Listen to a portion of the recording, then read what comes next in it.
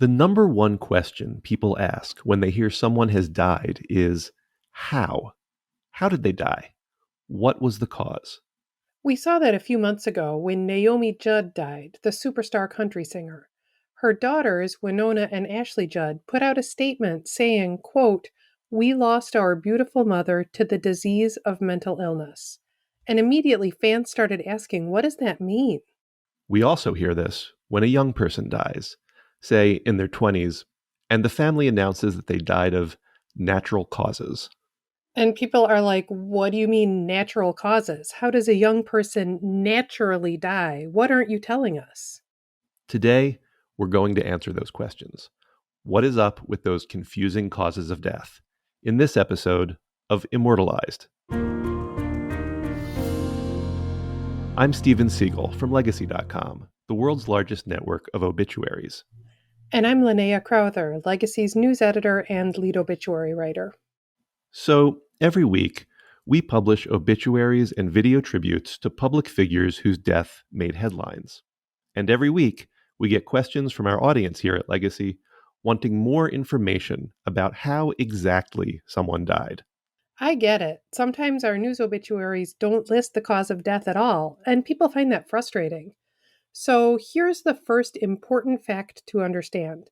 An obituary is not a medical document or a legal document or a government document.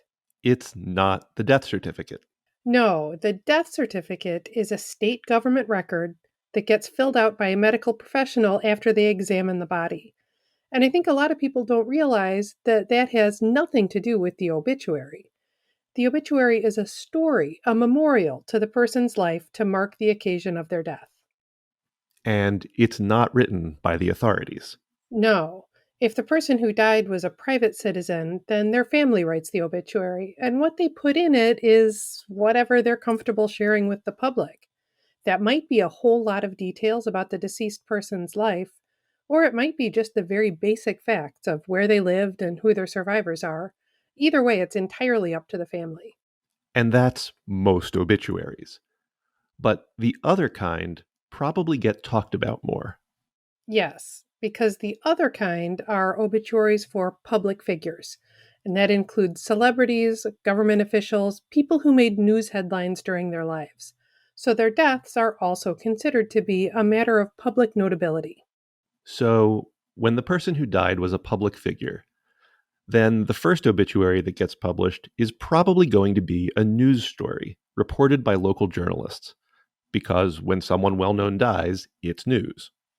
And in that case, what the obituary includes is going to be whatever the reporter is able to officially confirm by talking to the person's family or their representative or sometimes the local authorities. If the circumstances of the death would call for the authorities to be involved.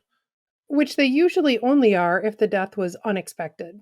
If someone was sick and being treated by doctors and nurses and they died, there's nothing to investigate. All of that is to say, as far as obituaries written by reporters go, if a cause of death has been announced, we tell you because we know that that fact, how they died, is one important part of their life story. But sometimes that information just isn't available yet. Right, and there are a few reasons for that. To start with, sometimes when a person dies, the exact cause might not be obvious right away. That's why there are autopsies, to try to determine that cause when there isn't a really obvious injury or a known illness. So those are deaths that are probably going to be reported with no cause of death listed, at least initially. There was a case like that came up in the news not too long ago. A young man from Palm Beach, Florida, named Damon Weaver, died last May at the age of 23. Damon Weaver had made national news a decade before that when he was just 11 years old, and he became the youngest person ever to interview a sitting president of the United States. He interviewed President Obama for his elementary school's news show. It was covered as a big deal when it happened. So 12 years later, when Damon Weaver died, the news media considered him a public figure and reported on it. And the cause of death was stated as two words that some people find very frustrating. Natural causes. That's right.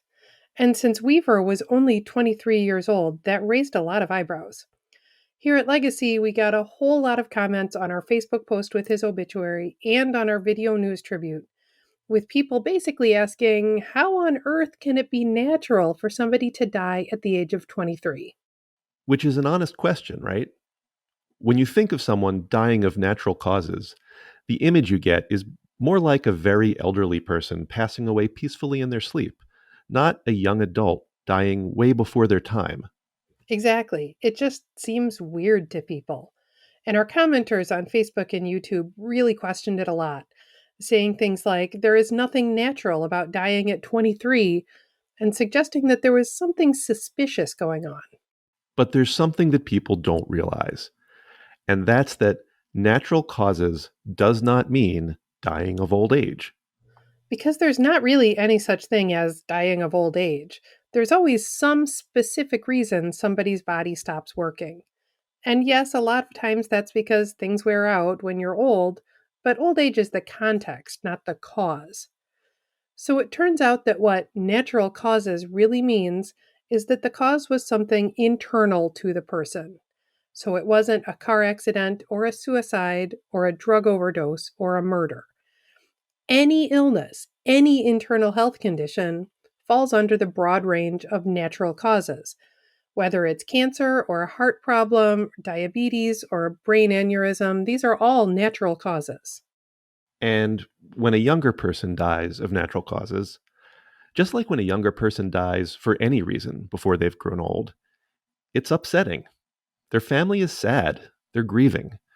So, one reason the family often announces the death a little vaguely at first, as just natural causes instead of being more specific, is that they just may not want to be forced to dwell on the sad details right now. Their loss is painful enough as it is. And when that young person was famous, imagine how weird it has to be to have a celebrity in your family in the first place. And then how big an invasion of privacy it must be when they die. And everybody is hounding the family, demanding all the details. I'm not at all surprised that some families just want to say, he was sick, okay? Stop bothering us. And in some cases, they're just never going to release the exact cause of death, and that's their right. On the other hand, there are some cases where the family themselves just don't know the exact medical cause yet. Sometimes it clearly wasn't a violent death and there's no indication of any drug overdose, but an autopsy is going to be needed to determine the specific cause. That was what happened with Damon Weaver. It was several months later that the results of an autopsy were released, and we learned that he had died of vaso-occlusive crisis, which is a problem with blood flow that stems from sickle cell anemia. So, natural causes was totally valid, even if it seems confusing when you don't know all the details. We really get so many questions very frequently whenever we report that someone's death was due to natural causes. When the fashion designer Thierry Mugler died back in January, it was reported as due to natural causes, and that's still his official cause of death. He was 73, so he wasn't terribly young, but still, we had comments like, natural causes at 73? I don't believe that. And it makes you suspect anything else they say. Part of that is that some people don't trust the news media in the first place. But also, people know that in regular local obituaries for non celebrities, there's a long tradition of families using euphemisms to avoid painful topics. Yes, we see that with things like suicide or drug overdose. When a private citizen dies from a self inflicted cause like that, and their family writes the obituary, they may use gentler language like died suddenly or went to a better place, instead of saying the word suicide. It is absolutely hard to talk about it if someone you love has taken their own life.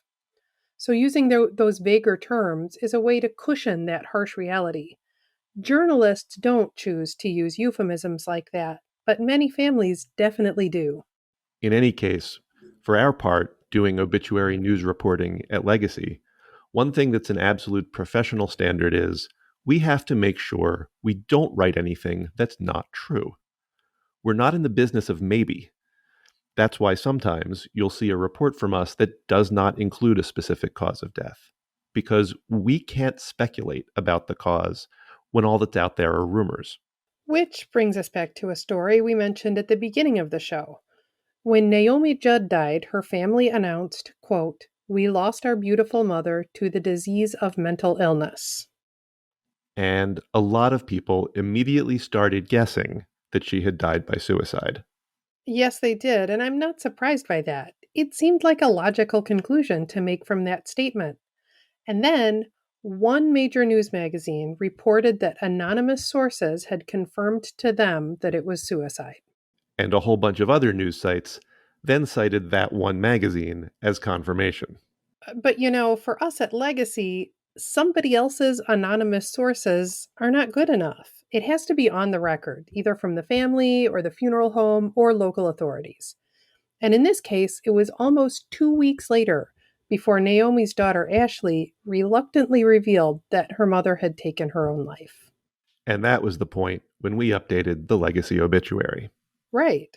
I think there were some people who assumed we were trying to sugarcoat it by referring simply to mental illness in our obituary, when in fact we were just waiting to be able to report responsibly that an official source was on the record.